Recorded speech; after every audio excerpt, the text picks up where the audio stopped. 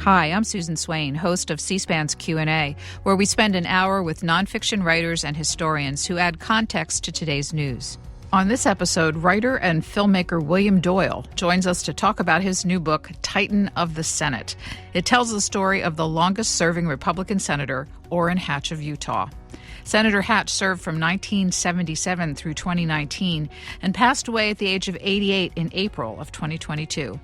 Mr. Doyle argues that Hatch's legislative achievements earn him the nod as the greatest U.S. senator in modern times. Hatch authored nearly 800 bills, including bipartisan efforts on HIV/AIDS, generic drugs, civil rights, and the Americans with Disabilities Act, often teaming up with his political opposite, the late Massachusetts Senator Ted Kennedy. William Doyle, Newsweek just published an excerpt from your new biography of late Utah Senator Orrin Hatch that links it into Vladimir Putin's war in Ukraine. Where is the intersection in these two stories?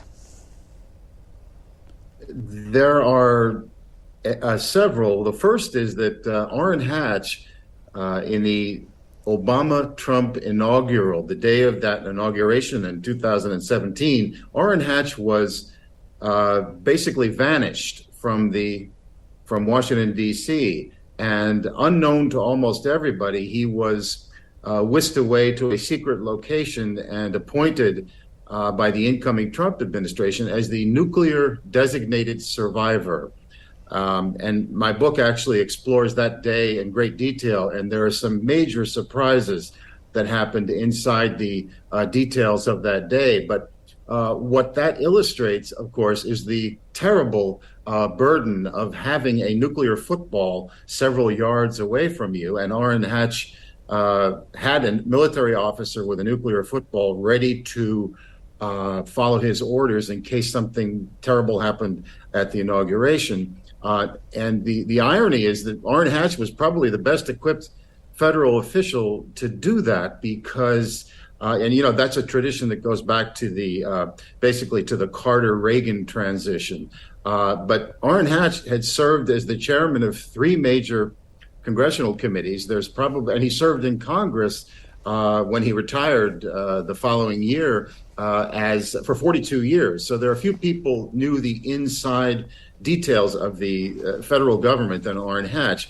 And the connection to today is that the nuclear command and control is so complex and so fragile, as Orrin Hatch got to see that day, that suddenly, Susan, the issue of nuclear danger and nuclear disarmament or nuclear tension reduction, suddenly that needs to become the most urgent priority of every government on earth, because we have a chief executive of another country, of Russia, who's actually threatening to use them. And we've not felt, I think President Biden said it was the threat of Armageddon, similar to that of the Cuban Missile Crisis. And I think that illustrates the urgency suddenly of having to look at nuclear weapons all over again and figure out ways to take them off alert, to reduce the possibility of an accidental nuclear war, and finally to try to eliminate that danger down to an absolute zero or absolute minimum. And we haven't had to think about that since Reagan and Gorbachev reduced tensions in the late 1980s into the fall of the Soviet Union. So that's the connection. There's one other connection, which is the issue of bipartisanship. My book is about Orrin Hatch, but it's also about his bipartisan history and his bipartisan character, which surprised me greatly. And that's one of the reasons I wrote this book. I'm speaking to you from Finland at the moment, where I'm writing about Finland and Sweden joining the NATO alliance. NATO was a strikingly bipartisan American idea. It, of course, was Harry Truman's idea. But if a Republican senator if a Republican chairman of the Senate Foreign Relations Committee Vandenberg from Michigan, Senator Vandenberg, had not helped Harry Truman, NATO would not have happened, probably, or the Marshall Plan, or for that matter, some of our greatest moments as Americans, civil rights, support for arms control of JFK, Nixon and Reagan were all very much backed by both parties. So here we are today with a NATO that is expanding significantly with the addition of, hopefully, the addition of Finland and Sweden. And it all flows into this idea of America coming together when it's faced with great threats. And we face a number of major issues that I think we need to tackle in a bipartisan way today, not just the nuclear issue and the NATO issue. NATO, of course, or the support for NATO enlargement has been very bipartisan in the last several months. President Biden and Mitch McConnell are pretty much joined at the hip on Ukraine and on NATO. So I think that's another illustration of this issue of bipartisanship, which Orrin Hatch was probably the leading example of in the post-Vietnam era. He got so much done in a bipartisan way. You titled your book, Titan of the Senate, Orrin Hatch and the Once and Future Golden Age of Bipartisanship, which suggests hopefulness about the future. But let's spend some time on the senator and what he accomplished during his 42 years. The book opens with this claim. Orrin Hatch was the greatest U.S. senator of the past half century, a judgment based on empirical fact. And also this, if you live in the United States today, you live in a nation that was legislatively engineered, in part by Orrin Hatch. Please defend those two claims. If your criteria is achievement, legislative achievement, Orrin Hatch ranks number one of all post-Watergate, post-Vietnam senators in the number of laws sponsored or co-sponsored. And that's not William Doyle's judgment. That's the judgment of the Center for Effective Lawmaking, which is a respected nonpartisan think tank at several universities. They came up with this ranking that placed Hatch at number one and Ted Kennedy, his frequent enemy and friend and partner in the Senate, at number two. And I was struck by that paradox. Wait a second. Now, how Orrin Hatch was one of the most conservative figures of the 80s, 90s, and 2000s. How did he pass more legislation than any other senator? Almost 800 laws, and get his input on all this legislation. And I realized that he was not just conservative, he was strikingly bipartisan and nonpartisan. And so again, greatness is in the eye of the beholder. And if you're a liberal or a conservative, you're going to have radically different opinions on some of his positions. But also, Susan, a measure of effectiveness in the Senate, of course, also can be the ability to stand up and stop legislation that you think is not good for the United States. And the first big scene or set piece in my book is an example of Orrin Hatch doing that, exactly that, in a way that I would argue was one of the most historic examples since the 1970s. He took on the American Federation of Labor, the AFL-CIO. He took on Jimmy Carter, and he took on many in his own party and most of the Democratic Party in trying to stop a labor law reform bill in the late 1970s that he was afraid.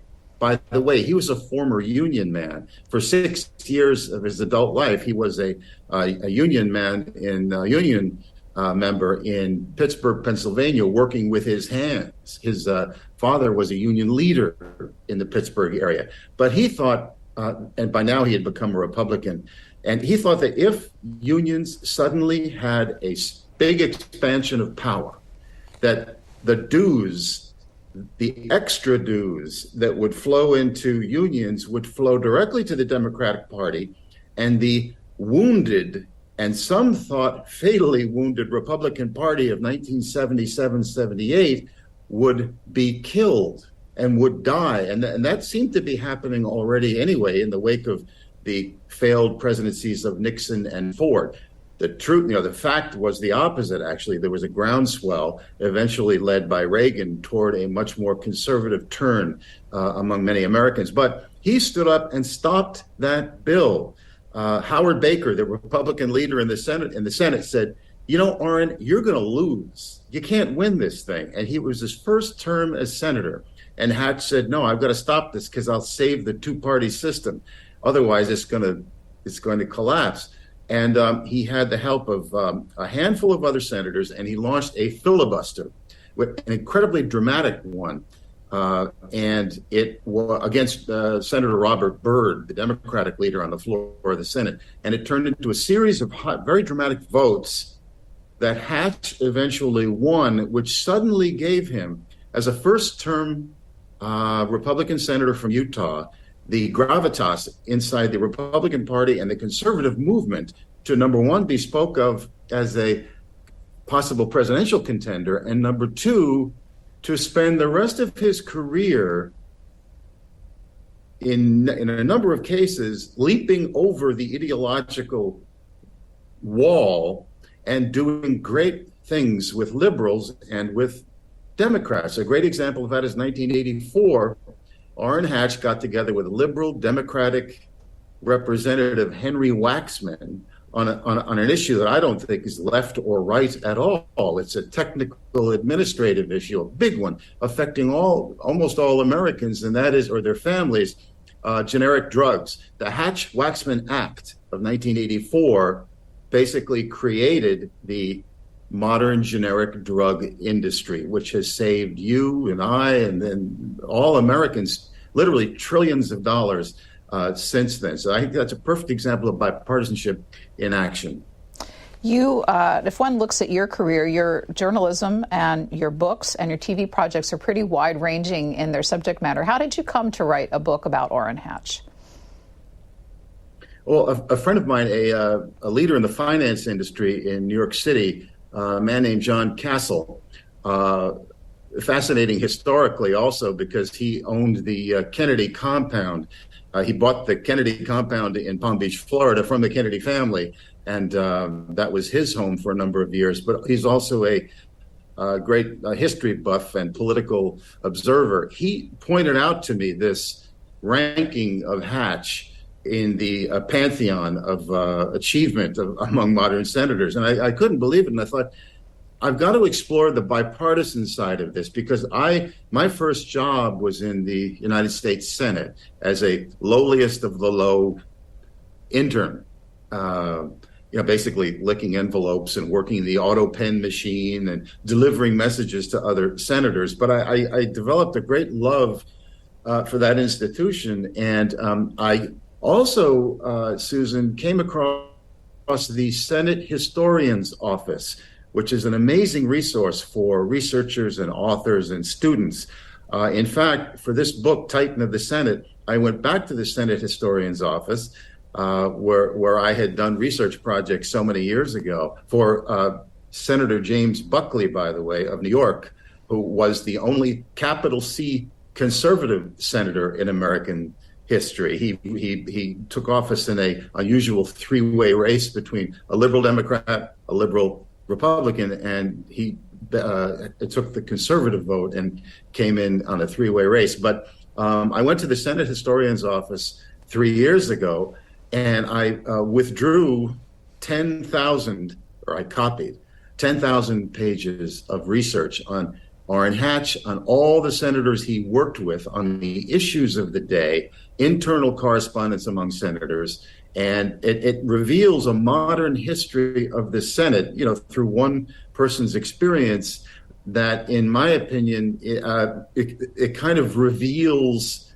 the big secret. And my book actually has kind of a Rosebud moment. You remember in Citizen Kane, Rosebud was the big revelation at the end of the movie, and I came across what I thought was a Rosebud moment, and it explained Orrin Hatch, and I think it explains what we need in America today and tomorrow from our leaders and candidates. It was the moment that Senator Gordon Smith, who worked with Orrin Hatch a great deal, is a fellow Mormon, told me that he thought that the secret to Orrin Hatch's effectiveness, passing all these laws with liberals and Democrats and conservatives and Republicans, the secret was that Orrin Hatch saw everybody as a child of God coming from his deep religious faith, and that he saw the nobility in his opponents. He saw his opponents as noble.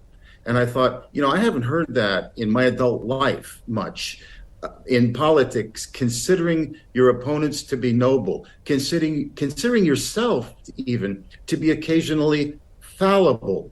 And Hatch confessed quite openly that he was wrong on opposing a Martin Luther King holiday. He was wrong on sometimes speaking harshly about an opponent or losing his temper.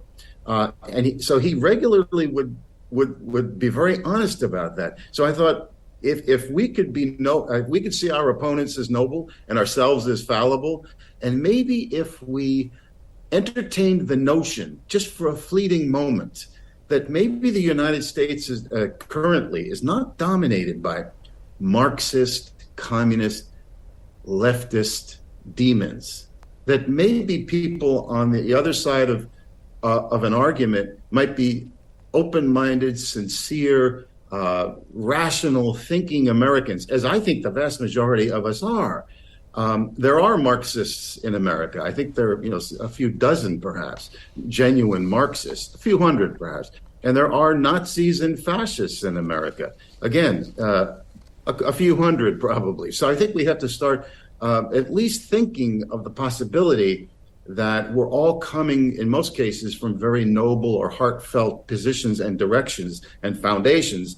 And once you do that, as Orrin Hatch did, and I heard this from Republican senators and Democratic senators who work closely with Hatch, then you can start getting things done. You can get things done, which we need so urgently today on immigration and energy and child care and poverty and crime, and all of these things I think need to be tackled in a less emotional and a much more rational and open-minded way. So I think that's a great lesson to, that may be Orrin Hatch's greatest lesson of all, is that, we send politicians, well, actually, I think that we should start, Susan, the media and the people should start rewarding candidates and politicians, not only on the basis of their ability to tear each other down, and that's politics. That'll probably happen forever. But we've got to start rewarding them on the basis of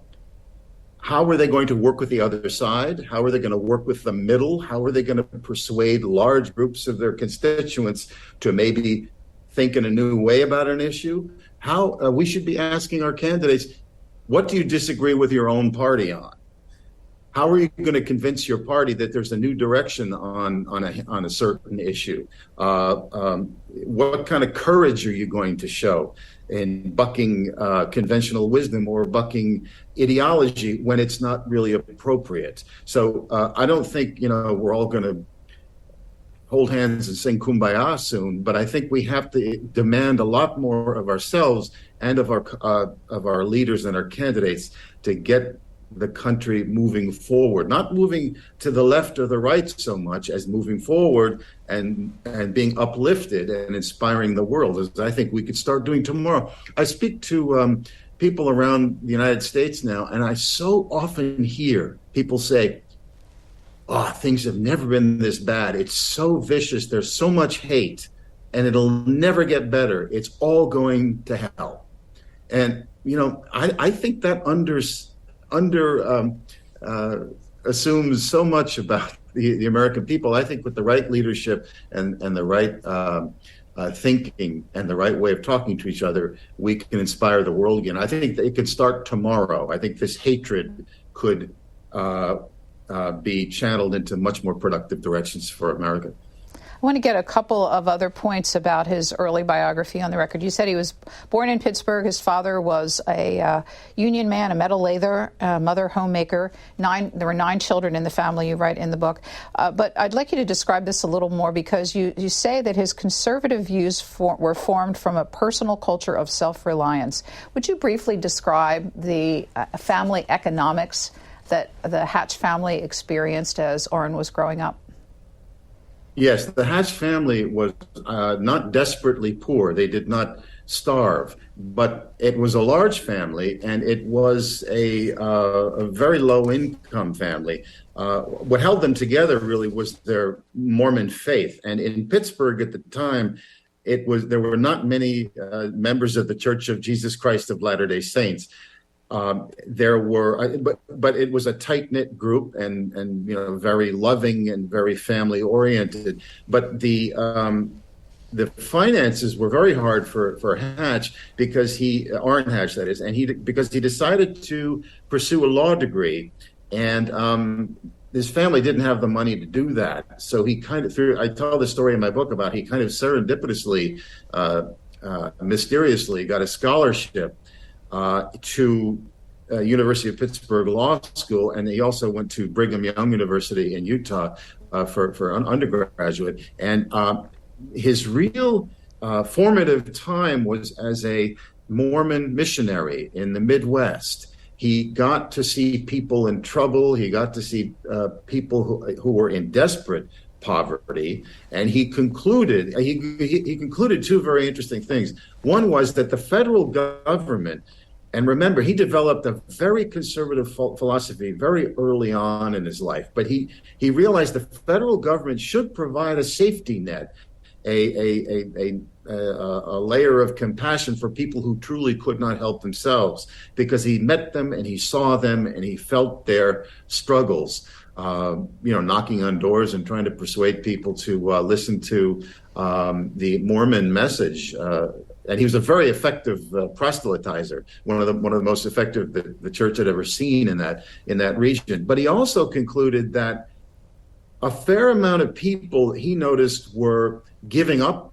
They were becoming dependent on government programs, and that in line with the Mormon philosophy of self-help and self-reliance and community support within the small community, that people in those circumstances should be encouraged to work hard and to save and to think they're capable of doing great things. And he eventually became a small business person because he ran a small law firm. He eventually went back to Utah, where he went to university, because his wife was from Utah, and Hatch had a number of relatives who helped kind of create portions of modern Utah. So the amazing thing is, in the late 70s, he had never really thought of politics, but he suddenly was getting very dissatisfied with Jimmy Carter, with what he thought was disrespect for the military, disrespect for independence and hard work, and a number of issues. And he quickly, being a small business person with a small law firm, and working for small business people in the legal realm, he suddenly realized, wait a minute, the federal government, he thought, is overreaching, not making things easier, making things harder. So one day he decided to run for the United States Senate. Now think of this. He had never appeared in the Salt Lake City newspaper until the day he decided to run for Senate. He was a blank slate. He was completely obscure in most ways, but he decided that he could do as good a job as anybody else as senator, which sounds like a rather hopeless quest, but he went to Ronald Reagan in 1976, who had just gotten beat, by the way, by Jerry Ford trying to get reelected as president. He went to Ronald Reagan and said, "Can you support me?" And Reagan's pollsters told him that Utah, which until then was very purple state, was starting to swing, like sort of under the surface, was becoming very Republican and very conservative, which was new for Utah at that scale. So Reagan said, sure, this young man might be a future ally. So he said, sure, I'll endorse you. And he put out an endorsement with the wrong name. He called him, Chester Hatch or something. And he had to correct that and clarify that in the radio ad. But his endorsement basically gave Hatch the momentum, and he was a very strong campaigner and debater too, to capture the Republican nomination and to beat the strong incumbent Democratic senator, which was a total shock to everybody. So now, Hatch is in the Senate, and the only big reelection struggle Hatch had was in 1982, that his first reelection campaign, where he was getting beat by the well-liked, very popular Democratic mayor of Salt Lake City. And at the last minute, Orrin Hatch invited Ronald Reagan to come campaign for him. So Ronald Reagan flies in on Air Force One. The Hatch people very cleverly arranged for a singing group, a huge singing group, that very closely resembled the Mormon Tabernacle Choir, but wasn't exactly the Mormon Tabernacle Choir. But it included the Osmond family in the Cow Palace, in a big auditorium in Salt Lake City. And Reagan is on that stage, sitting right next to Orrin Hatch, and the singing group and the Osmond family sing a emotional, passionate version of Battle Hymn of the Republic. And the camera slowly zoomed in on the face of Ronald Reagan, who looked moved and shocked and spellbound by the way that they were singing "Mine Eyes Have Seen the Glory of the Coming of the Lord." And the singers reached the crescendo, and the camera zoomed right in on Reagan's face, and a tear formed in Ronald Reagan's eye and slowly rolled down his cheek. And watching at home, Hatch's opponent said, "That's it, I lost." and he did, because the image of Reagan then holding up Hatch's hand, and of that emotional moment, kind of carried Hatch into all his remaining 42 years, or the remainder of his 42 years in office. And he never really had a serious re-election threat after that. So he had Orrin Hatch had the luxury of a very strong and safe seat. But what happened in the 1980s, amazing things happened in the 1980s. Number one is, or one rather expected thing, Hatch became Ronald Reagan's faithful executor in the Senate of most of the Reagan agenda. But at the same time, Hatch had the freedom and the strength, as evidence from his early years in the Senate and his blessing by Ronald Reagan, the Sun King of conservatism, to start sitting down with Ted Kennedy and figuring out bipartisan ways of fixing big health problems in the United States, because the two of them sat actually alphabetically. They were kind of shackled together, H and K, in this committee and in other committees like Judiciary. And they were given the job, Hatch and Kennedy, as the ranking members of the Health and Labor Committee at the time it was called, to work on big health issues. And the biggest issue of all of the 1980s was HIV/AIDS. And in 1990, I get into great detail in my book, Orrin Hatch, who never got credit for this, got sufficiently, personally rescued the Ryan White HIV Comprehensive AIDS Emergency Resource Act of 1990. It was called the Ryan White Act. Ryan White was as you know, the courageous, heroic young man. He was 13 when he contracted HIV/AIDS from a blood transfusion, and he died at about age 18, right as this bill was going through Congress.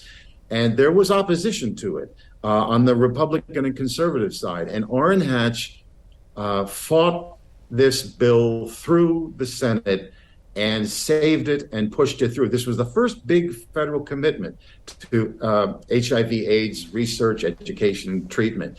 And it launched a process. It passed, and it launched a process that today, Susan, benefits hundreds of thousands of Americans with HIV/AIDS, with its reauthorizations ever since then, which Orrin Hatch fought for. This is a piece of federal legislation that is effective and long-lasting, and it's an example of kind of a small, of an invisible turning point in American history that Orrin Hatch stepped into and then just, kept on doing his job. The other example is the Americans with Disabilities Act. Can I actually stop you before you tell that story? Because I wanted to play a clip before you get into the ADA from the Senate floor when he was arguing for the Ryan White legislation, just so our viewers can hear the passion in his voice around this issue. This is from July 11th of 1990, Orrin Hatch on the Senate floor.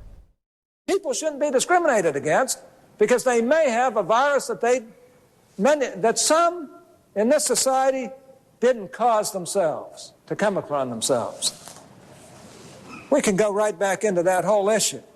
I think of Elizabeth Glazier. She got it through a blood transfusion. I think of the beautiful lady that Senator Helms' office had me meet.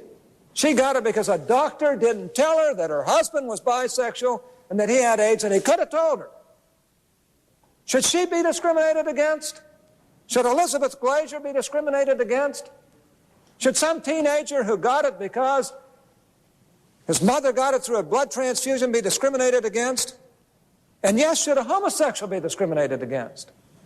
And the answer to that is no. William Doyle, what do we hear in Senator Hatch there?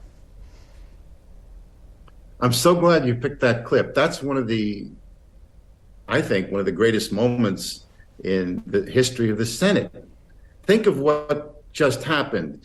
One of America's most conservative senators is on the floor of the Senate opposing another conservative, Jesse Helms, who was mischaracterizing and fighting this bill rather viciously and effectively, and stopping it in progress, and implicitly threatening a filibuster. Orrin Hatch got up on the floor of the United States Senate without scripted notes there. And you can tell how his voice, he's kind of catching his own voice because he's on the verge of great anger or tears. And he just said to the United States Senate in 1990, quote, "Should a homosexual be discriminated against?" And the answer to that is no. And one of the people watching that speech later said that I think that was the first gay rights oration in the history of the United States Senate, and it was given by Orrin Hatch of Utah. Now, Orrin Hatch did not always move as eloquently or as rapidly on LGBTQ issues as LGBTQ activists would have hoped. Sometimes he said at least one stupid thing about the issue. According to Orrin Hatch, it was stupid. But in the big issues that counted the most, for not only LGBTQ Americans, but for a number of Americans, the HIV/AIDS crisis, Orrin Hatch came through.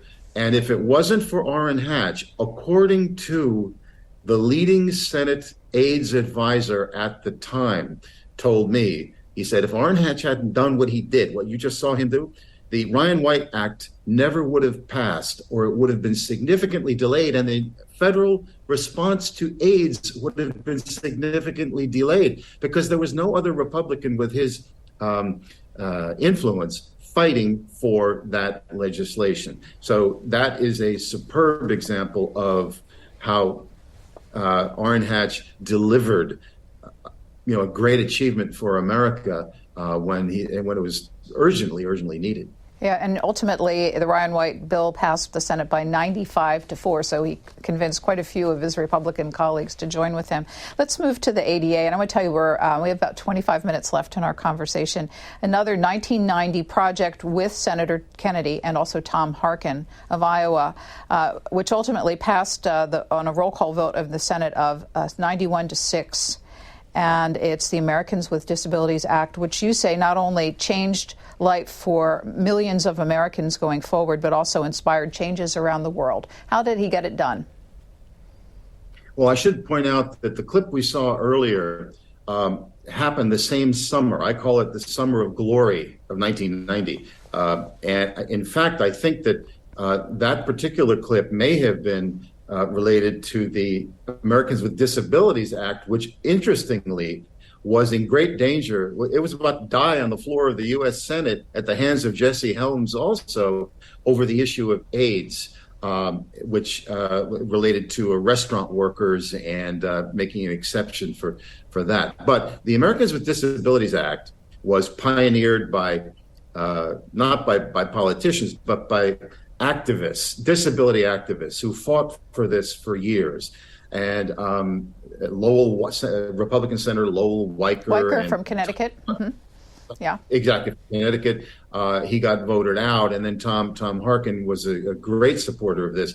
They were the prime movers behind getting it into the Senate, but then it got stuck with objections by business because they were afraid it would be too costly to implement. Objections on a wide range of issues by Republicans and conservatives sometimes.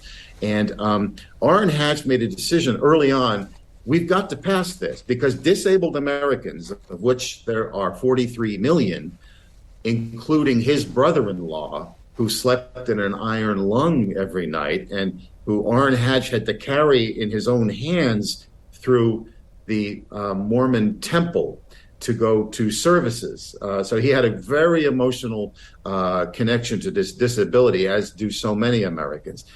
He decided to team up with Kennedy, Harkin, and John McCain and other Republicans and sort of blowtorch the bill to make it acceptable to conservatives and to Republicans. And Hatch did that with a lot of legislation. He would kind of put it through the grinder and pick it apart publicly and sometimes even angrily to make sure that when it was ready to be voted on, Republicans and conservatives could back it as strongly as he did. But the Americans with Disabilities Act was going to die on the floor of the United States Senate because it looked like the Senate was going to make it all conditional on this AIDS-related restaurant workers' health issue.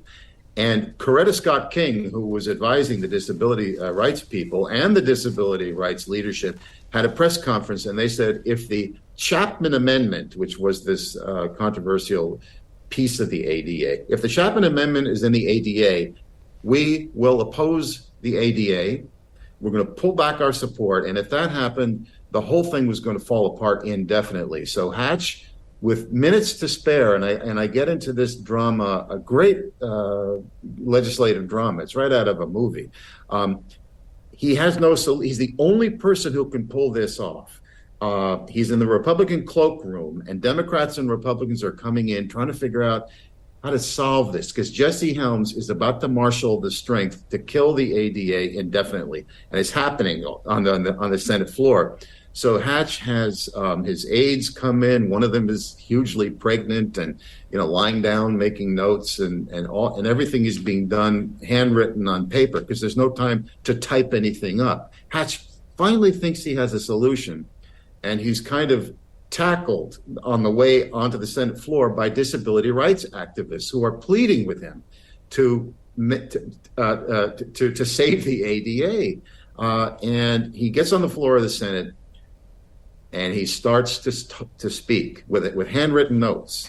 And he goes on and on and on. And in the room, by the way, is Joe Biden, Al Gore, Senator Lieberman, John McCain. It's like the pantheon of senators all in one room watching this, and he pulls it off. And in the end, as Pat Wright, who was the leader of the disability kind of action group legislatively at the time, she said, if it was not for Orrin Hatch, we would still be fighting over the ADA in 2020. Now, that's kind of a symbolic statement, but it looked like it was not going to happen. It did happen thanks to Orrin Hatch and many other people. And that became, according to disability rights activists, the Emancipation Proclamation of the disability community. And it inspired the world because over 100 other nations introduced similar legislation and action. And as you know, it kind of re-engineered or re-architected the United States with curb cuts and elevator assistance and closed captioning for disabled Americans, and for, importantly, reducing or eliminating employment discrimination. So a magnificent achievement by disability activists and by Orrin Hatch, and one that I think he really should get credit for, but not just to get credit for, but to show us as Americans today what we're capable of on big issues facing the United States if we just put in the energy and the original thinking to work with all sides and pull everybody together to a common solution. And that's what politics should be all about. So importantly, if Kennedy and Hatch were brothers in arms in the Senate over the ADA, the Ryan White legislation, and also another bill which I'll invite readers to look for in your book, the S-CHIP, which is the Children's Health Insurance Program, they were often very fierce opponents over federal judicial appointments. And famously, that began with the Clarence Thomas hearings in 1991. And during that time, Senator Hatch was a vocal and fierce supporter of Clarence Thomas. Let's listen to him October 14th of that year after the allegations broke on Anita Hill and sexual harassment, and how Senator Hatch responded. Well, what this is an example of is what Clarence Thomas called it, a high-tech lynching. A really fine man that everybody who knows him knows how fine he is, and one solitary person without any witnesses has come up with this concocted story that I think she was used to do. And frankly, Clarence Thomas is a terrific role model. And to let one isolated, unilateral, non-witnessed, non-collaborated testimony be used against him like this, I say shame on the Judiciary Committee, shame on the sleazebags that did this to both of those people.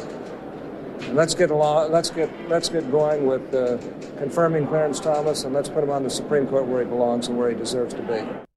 Sorry about the audio with that. That was not only old audio and video, but also out in the hallways in the Senate. But William Doyle, obviously, the Senate went on to confirm Clarence Thomas 52-48. You had a chance to interview him for this book. What were his reflections on the Clarence Thomas nomination many years later? He just accused, in that clip, he accused Professor Hill of concocting her story, and I think no matter how you look at it, that's a statement that's not you can't really justify that statement, because none of us were in the room with Clarence Thomas and Anita Hill, and they're the only people who know what happened. And to this day, people believe Thomas or Hill, and it's very hard to change anybody's mind on that. But that was a disaster of a spectacle.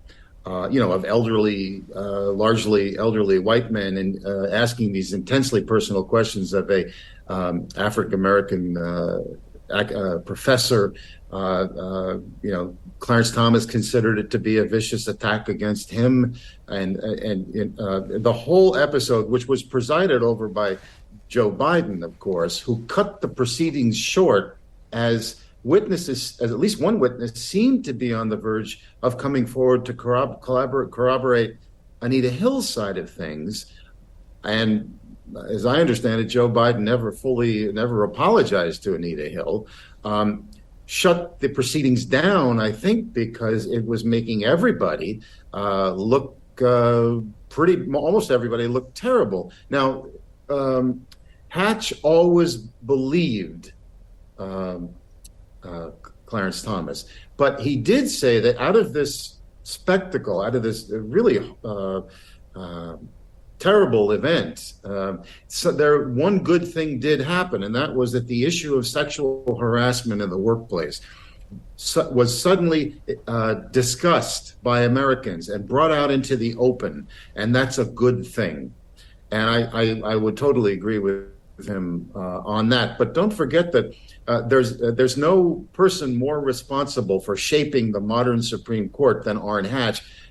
His work on the Judiciary Committee and his with many confirmations. But remember, he was Ruth Bader Ginsburg's biggest champion, according to Ruth Bader Ginsburg, in the mid-90s when she was nominated by Bill Clinton. And the reason Hatch did that was he respected her as a jurist, and he thought she was the most qualified of the likely candidates that Clinton was going to put forward. So that's kind of a forgotten piece of this equation that's really kind of fascinating. And again, I think it speaks to a very strong streak of intellectual honesty that Hatch had, that I think we all should have more of, perhaps.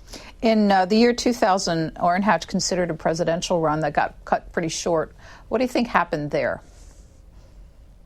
He was a bad candidate.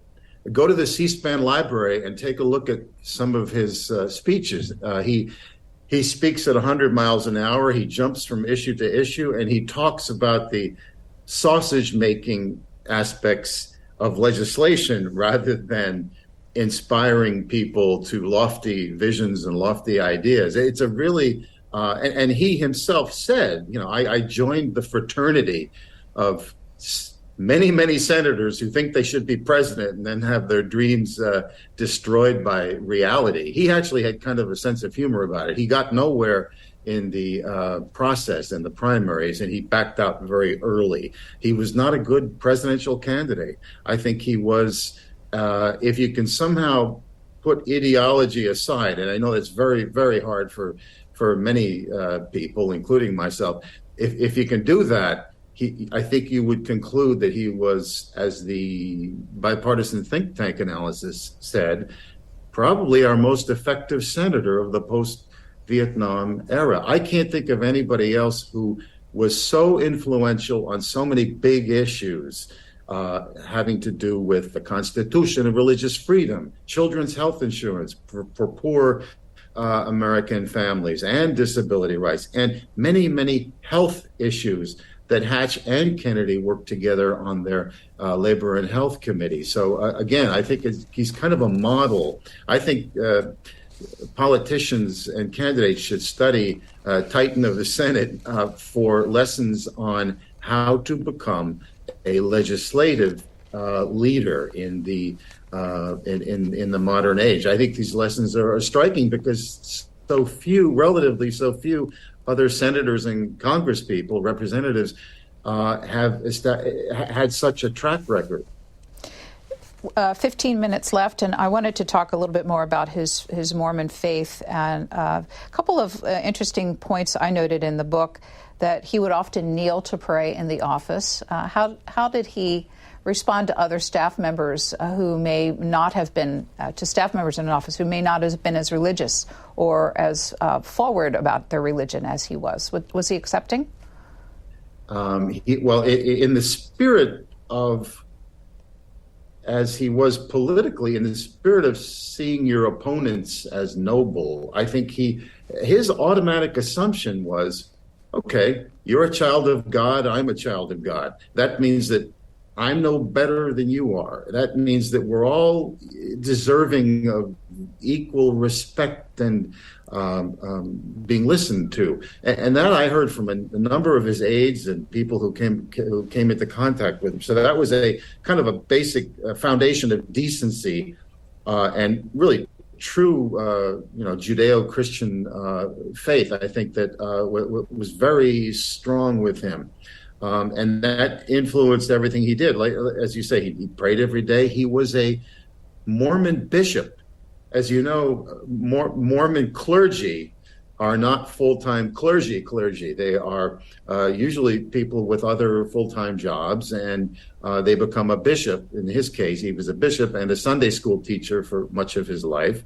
And, he took that all very, very seriously. But interestingly, he had a very strong relationship and fascination with the Jewish faith. He had a mezuzah on his office wall. He carried around a mezuzah necklace, piece of jewelry, and he went to the Holy Land. And Benjamin Netanyahu said he was the strongest friend Israel had in Congress over these many years. So he was fascinated by all religions. Interestingly, Susan, do you remember the controversy after 9/11 when there was a Islamic house of worship was going to be built near the site in New York City of the attack? That wound up not happening, but it was a very hot issue for a number of years. Orrin Hatch came out strongly in favor of an Islamic house of worship being built near the ground zero. He said that's a legitimate faith. It's a faith that is respected by many people in the world. The authentic faith is, and they have every right to do that. And maybe that came from his background, coming from a faith that had been persecuted and misunderstood in the United States in living memory. There was a lot of anti-Mormon history in the growth of the Republic. So he was tolerant. He was very tolerant and fascinated, I think, by all religions. I wanted to play a clip of him talking about his friendship with Ted Kennedy after the senator passed of brain cancer in 2008. He reflected on it because Ted Kennedy plays such an important role in this golden age of bipartisanship in the 90s when they worked on so many big pieces of legislation together. Let's listen. When I came to Washington, I hadn't the slightest idea that I would eventually have a strong working relationship with and love for the man that I came to fight.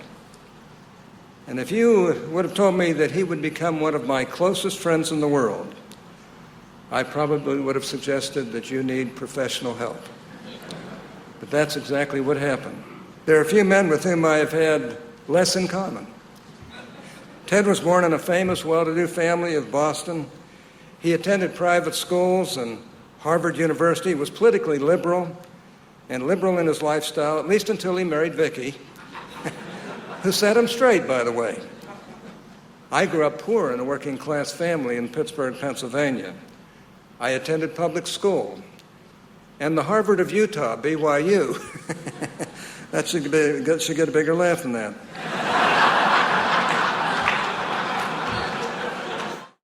William Doyle, what are your reflections on their relationship? Well, they enabled each other to do great things, to pass major legislation and health and related issues. That was a great American partnership. Now, they spent a lot of time yelling at each other and screaming at each other, and I think that the screaming was usually on Ted Kennedy's part because he was very good at that. He could work himself into a very theatrical, veins bulging. In fact, in the state children's health insurance program, one of their greatest achievements, Ted Kennedy wanted to make, and this was to help millions of poor American families afford health insurance for their children. This program started in the 1990s by Hatch and Kennedy. It continues today. It's run through the states. And Orrin Hatch said, no, Ted, don't do a big new federal bureaucracy. Don't make it an entitlement, a big new entitlement. Let's run it through the states and let's pay for it with a new tax on cigarettes. Now, Orrin Hatch could say that because in Utah, people don't smoke as much as they do elsewhere in the United States. And the dynamics of that were such that at the last minute, Ted Kennedy burst in on Orrin Hatch and screamed at him over financial components of the legislation and accused Orrin Hatch of betraying him and ruining the whole bill. And then Orrin Hatch sat him down and patiently explained to him how that was not the case, how they had already agreed to a lot of this, and how this would make it passable by the Senate. And it was a good program because governors would run it as a block grant to the states. And Ted Kennedy calmed down, and in the end, Hatch was right. But it's an example of how legislators can, be at each other's throats, but sometimes that creative combat can produce great results. Barbara Mikulski, a former Democratic longtime senator from Maryland, told me of the days that she and Kennedy and Hatch and others would get together at Hatch at Kennedy's house, usually, and Hatch and Kennedy would put together big briefing books on issues, and they would talk about them at dinner, and they would get around the piano in the living room later and all start singing off key and, terrible singers, some of them, and they would make fun of each other. But then they would understand each other as personalities and as people a lot better. They would understand the issues better, and then they would tell their staff to start working things out the next day based on everything they had learned over the dinner the night before. That doesn't go on much anymore in Washington, and it should, because that's when great things can happen, when politicians have the ability to be innovative and creative and to work with each other to get great things done for the country on these big issues that we're desperate for solutions on. So some people say it's an era that can never come back. Ted Kennedy's the only one that could have facilitated that on the Democratic side. Maybe Orrin Hatch is the only one on the Republican side. I think that's nonsense. I think we can start doing this again tomorrow if we can just stop screaming at each other and hating each other and assuming the other side are demonic, because that's not the case at all. I think the country's a lot greater than that. Well, on that note, I wanted to read to you an observation in the New York Times by their veteran New York Times congressional writer Carl Hulse, and it's about the Senate and its existence today. And I guess I would like to have you react just basically on the premise that you just made, that we can get back to that. Most importantly, he writes, some say the once rewarding business of legislative bargaining and high-stakes lawmaking has lost its luster. The big deals are most often cut in the Capitol leadership suites these days and presented as fait accompli to the rank and file. Given the reluctance among many to make politically tough votes, members have few opportunities to push their own amendments, and their influence is often reduced to railing against a finished product on the Senate floor when few are listening. Has the institution changed too much to get back to the days that you were describing? Everything that you just said is critically important and very true. Orrin Hatch argued strongly against that in his later years and in favor of so-called regular order, where senators would have a chance for major input on legislation. I think that both parties got to this leadership fait accompli process in the last 10, 20 years, and I think it's terrible.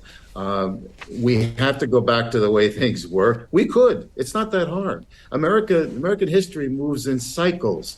It doesn't move in irrevocable trend lines, and I think we should be thinking about that as voters and making sure that the people we send to Congress will really have a voice and fight for having a voice.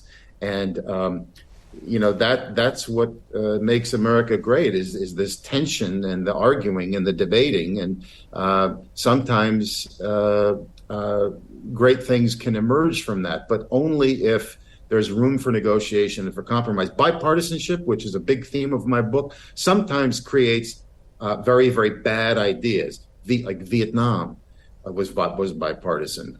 The Iraq and Afghanistan wars were largely, their mistakes were very largely Republican and Democratic mistakes. But again, bipartisanship sometimes creates our greatest moments. Civil rights, support for arms control, the Americans with Disabilities Act, children's health insurance. And so we should never think that these things are irrevocable or impossible. The foundations of American democracy are incredibly strong. We just have to make sure that they are honored and fulfilled. William Doyle joining us from Helsinki, Finland, where he's working on his next project, which is NATO expansion. His book on Orrin Hatch is Titan of the Senate, Orrin Hatch and the Once and Future Golden Age of Bipartisanship. Thanks so much for spending an hour with me. Well, thank you very much, Susan. Thanks for listening to C-SPAN's Q&A, and subscribe to us wherever you get your podcasts so you'll never miss an episode. And while you're there, please take a minute to rate and review us. You can also send us an email about Q&A at podcasts@c-span.org. Send me your questions, your comments, or ideas. Your feedback is welcome.